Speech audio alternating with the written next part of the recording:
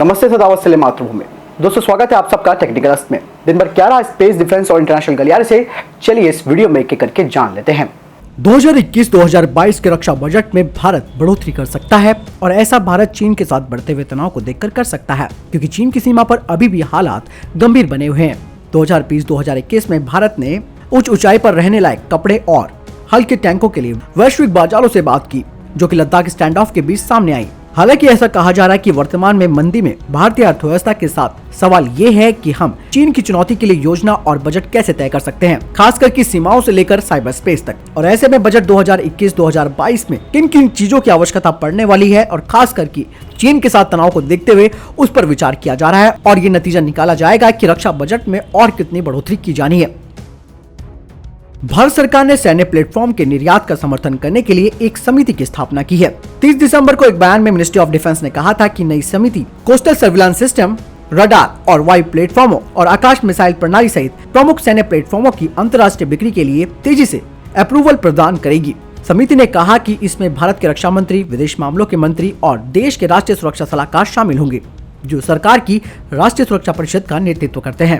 Ministry of defence ने कहा कि नई समिति प्लेटफॉर्म और कंपोनेंट और सब सिस्टम्स के विपरीत देश के रक्षा उत्पादों को बेहतर बनाने और उन्हें विश्व स्तर पर प्रतिस्पर्धी बनाने के उद्देश्य से केंद्रित होगी। इसमें कहा गया है कि अब तक भारतीय रक्षा निर्यातों में केवल पुर्जे शामिल थे और बड़े प्लेटफॉर्मों का निर्यात बेहद कम हुआ। यानी कि अब एक समिति का निर्माण किया गया है जो कि भारत के रक्षा निर्यात का समर्थन करेगी और निर्यात को बढ़ावा देने के लिए कार्य करेगी। पूर्वी लद्दाख में वास्तविक नियंत्रण रेखा पर अब चीन तनाव बढ़ाने की कोशिश कर रहा है और उसकी अब नई चाल सामने आई है, क्योंकि चीन ने भारतीय डाक के सामने अपने टैंकों को तैनात कर दिया है, जो एक संदेश भेज रहा है कि बीजिंग एलएसी पर तनाव को कम करने के लिए सहमत नहीं है। हाल ही में आए एक वीडियो के अनुसार चीन ने रेजिंगला, रिचिनला और मुक्सोरी स्थानों के विपरीत 30 से 35 टैंक तैनात किए हैं। आपको बता दें कि भारत ने 29 से 30 अगस्त में जिन हाइट्स पर कब्जा कर लिया था, अब उसके ठीक सामने ही चीन ने अपने टैंकों को तैनात किया है। ये टैंक वजन में काफी हल्के हैं और अत्याधुनिक तकनीक का इस्तेमाल करके बनाए गए हैं। इस बीच भारतीय सेना ने एलएसी पर किसी भी तरीके के दुस्साहस का विरोध करने की स्थिति में चीन को जवाब देने की पूरी तैयारी कर रखी है। भारतीय सेना ने भारतीय क्षेत्र के अंदर घुसपैठ करने से चीनी सैनिकों को रोकने के लिए पहली बार 17,000 फीट की ऊंचाई पर टैंक तैनात की है। भारतीय सेना ने इन टैंकों को रेजिंगला, रिचिंगला और मुक्सरी की पहाड़ियों पर तैनात किया है। कुछ हफ्ते पहले केंद्रीय रक्षा मंत्री राजनाथ सिंह ने कहा था कि चीन के साथ सीमा विवाद से निपटने के लिए भारत ने दुनिया को संदेश दे दिया है कि भारत कमजोर नहीं है और देश किसी को भी आक्रामकता के किसी भी कार्य में शामिल नहीं होने देगा।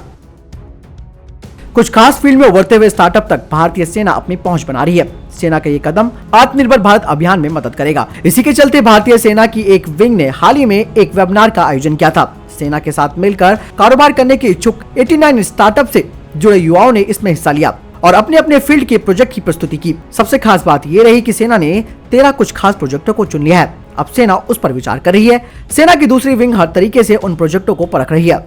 इस वेबिनार से जुड़े जानकारों ने बताया कि वैसे तो इस वेबिनार में 89 प्रोजेक्ट रखे गए थे, लेकिन सेना ने खास 13 प्रोजेक्टों पर हामी भरी है, यानी कि उनको चुना है। ये प्रोजेक्ट हैं drone, counter drone, robotics, autonomous system, artificial intelligency, quantum computing, blockchain technology, 3D printing, nano technology और मेडिकल एप्लीकेशन। एक स्टार्टअप को भी सेना ने आगे के विचार के लिए चुना है। आर्मी डिजाइन ब्यूरो के द्वारा आयोजित इस वेबिनार में व्यापक प्रतिक्रिया प्राप्त हुई है। सभी 13 प्रोजेक्ट्स को भारतीय सेना के लिए उनकी व्यवहारिकता और उपयुक्तता के आधार पर आगे के परीक्षणों के लिए छांटा गया है। सेना मुख्यालय और सेना प्रशिक्षण कमान के संभावित उपयोगकर्ता और इस क्षेत्र के विशेषज्ञों ने भी इस वेबिनार में भाग लिया। यानी कि भारतीय सेना में स्टार्टअप फील्ड को मौका देना शुरू कर दिया है और उनके 13 प्रोजेक्ट्स को भी शामिल कर लिया है और उनके 13 प्रोजेक्ट्स को भी चुन लिया है। और ये बहुत ही अच्छा मौका है और इस तरीके से हमारा देश इनोवेशन के क्षेत्र में आगे बढ़ेगा और हम अत्याधुनिक डिफेंस टेक्नोलॉजी में आत्मनिर्भर होने के साथ साथ अपनी ताकत में भी इजाफा कर सकते हैं। दोस्तों, अगर आपको यहाँ तक वीडियो पसंद आई हो तो कृपया करके वीडियो को लाइक जरूर करें। इससे हमारा उत्साह और बढ़ता है ताकि हम आप तक लेटेस्ट डिफेंस अपडेट्स पहुंचाते रहे। इजराइल की रक्षा फर्म स्मार्ट शूटर, जो नई जनरेशन की fire control system assault rifle है, इसे स्मार्ट वेपन में तब्दील करती है। वे अब भारत के साथ अपने मैन्युफैक्चरिंग प्लांट को लगाने के लिए भारत के साथ बात कर रहे हैं। इसके अलावा आपको बता दें कि यह अनुबंध उनको भारतीय नौसेना से पहले से प्राप्त भी हो चुका है, लेकिन अब वे भारत में अपना मैन्युफैक्चरिंग यूनिट लगाने की बात कर रहे हैं। नौसेना ने पिछले महीने स्मैश 2000 प्लस सिस्टम के लिए इजराइल से बातचीत की थी, क्योंकि आपको बता दें कि स्मैश 2000 प्लस को इसराइल और अमेरिका की विशेष बलों के द्वारा और कई अन्य देशों के द्वारा इस्तेमाल में लाया जाता है। सेना और सीमा सुरक्षा बल ड्रोन विरोधी अभियानों के लिए इसका मूल्यांकन कर रहे हैं। प्रणाली में इन टारगेट एल्गोरिथम है जो ड्रोन सहित पहले शॉट में कई लक्ष्यों को ट्रैक और हिट कर सकता है। स्मार्ट शूटर के वाइस प्रेसिडेंट ने कहा कि हमें अपने रक्षा मंत्रालय की अनुमति मिल गई है और हम भारत के साथ सहयोग करने के लिए तैयार हैं। साथ ही उन्होंने कहा कि इजराइल अपनी सुविधा में स्मार्ट शूटर वेपन का अनुसंधान और उत्पादन करता है और सबसे बड़ी बात यह है कि वो मेड इन इंडिया कार्यक्रम में अपने आप को एक सहयोगी के रूप में देखना चाहता है और इसके लिए वो प्रतिबद्ध भी है।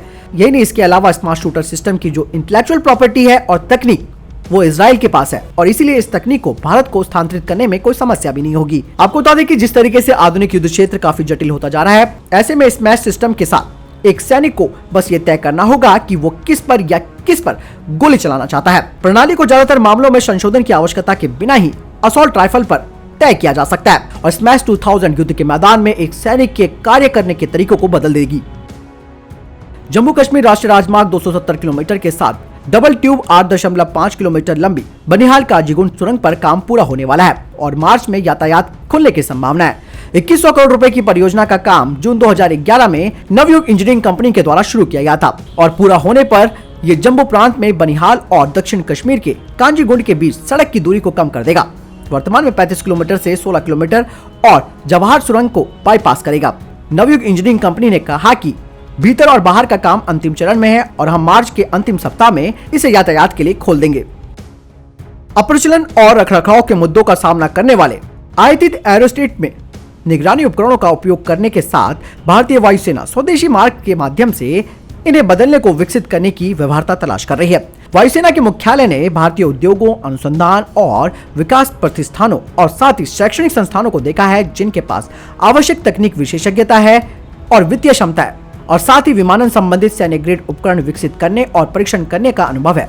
आपको बता दें कि 2000 के दशक के मध्य भारतीय वायुसेना ने सीमावर्ती क्षेत्रों की निगरानी के लिए इजराइल से एरोस्टेट की खरीद की थी। एक एरोस्टेट जमीन से ऊपर एक निश्चित ऊंचाई पर एक असाई हेलिनियम का गुब्बारा, एक हीलियम से भरा गुब्बारा होता है जो निगरानी और संचार उपकरण से लैस होता है। ये एक स्ट्रेच पर कई दिनों तक तैनात रह सकता है और ये एक क्षेत्र को विस्तृत रूप से स्कैन कर सकता है और विशेष रूप से कम उड़ान या सतह की वस्तुओं का पता लगाने के लिए ये एक प्रभावी होता है और शांति के समय में ये विमानों के लिए भी एक किफायती विकल्प बन जाता है।